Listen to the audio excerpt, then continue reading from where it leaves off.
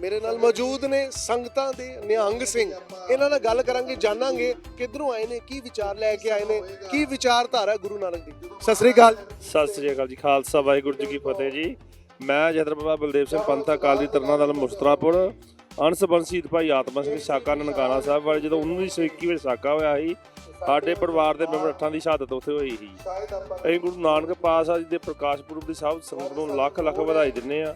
ਤੇ ਬਹੁਤ ਵਧੀਆ ਇੱਥੇ ਆ ਕੇ ਮਨ ਚੜ੍ਹਦੀ ਕਲਾ ਦਾ ਹੋਇਆ ਵੀ ਆਪਾਂ ਭੈਣ ਭਰਾਵਾਂ ਨੂੰ ਮਿਲੇ ਆ ਤੇ ਬਹੁਤ ਵਧੀਆ ਚੰਗਾ ਲੱਗਾ।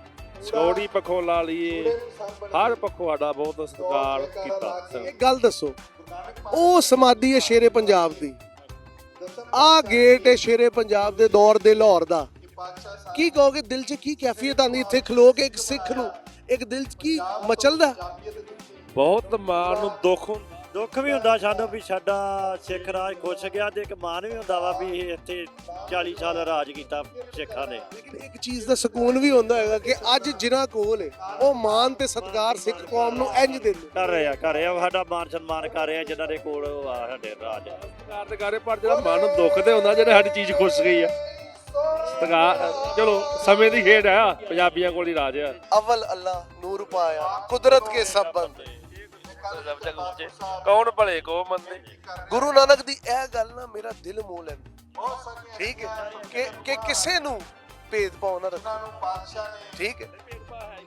ਗੁਰੂ ਨਾਨਕ ਦੇਵ ਜੀ ਨੇ ਆਪਣੇ ਨਾਲ ਭਾਈ ਮਰਦਾਨਾ ਹੈ, ਕਾਫੀ ਜਿਹੜੇ ਲੋਕ ਸ਼ਾਹੀ ਮੀਆਂ ਮੀਰ, ਗੁਰੂ ਅਰਜਨ ਦੇਵ ਜੀ ਨੇ ਸਾਡੇ ਗੁਰੂ ਗੋਬਿੰਦ ਸਿੰਘ ਜੀ ਦੇ ਨਾਲ ਆਪਣੇ ਗਨੀ ਖਾਂ, ਨਬੀ ਖਾਂ, ਕਾਫੀ ਮੁਸਲਮਾਨਾਂ ਨੇ ਉਹਨਾਂ ਦਾ ਸਾਥ ਦਿੱਤਾ ਹੈ।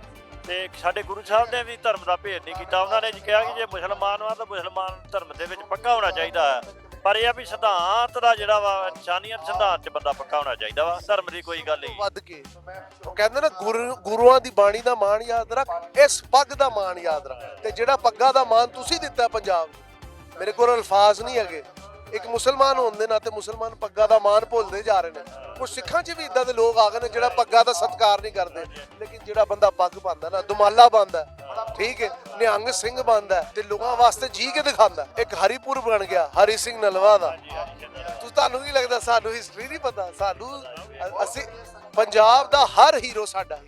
ਦੇਖੋ ਜੀ, ਅੱਜ ਜੇ ਆਪਣੇ ਪਸ਼ਾਵਰ ਜਿਹੜਾ ਜੇ ਪਾਕਿਸਤਾਨ ਦਾ ਹਿੱਸਾ ਵਾ ਨਾ, ਤਾਂ ਹਰੀ ਸਿੰਘ ਨਲਵੇ ਦੀ ਬਦੌਲਤ ਆ, ਨਹੀਂ ਤੇ ਜੇਲਮ ਤੱਕ ਅਫਗਾਨਿਸਤਾਨ ਹੋਣਾ ਜੀ। ਚਾਹੇ ਦੁੱਲਾ ਭੱਟੀ ਹੋਏ, ਚਾਹੇ ਬੁੱਲੇ ਸ਼ਾਹ ਹੋਏ, ਚਾਹੇ ਭਗਤ ਸਿੰਘ ਹੋਏ, ਚਾਹੇ ਹਰੀ ਸਿੰਘ ਨਲਵਾ ਹੋਏ, ਤੇ ਚਾਹੇ ਸ਼ੇਰੇ ਪੰਜਾਬ ਮਹਾਰਾਜਾ ਰਣਜੀਤ ਸਿੰਘ ਹੋਏ।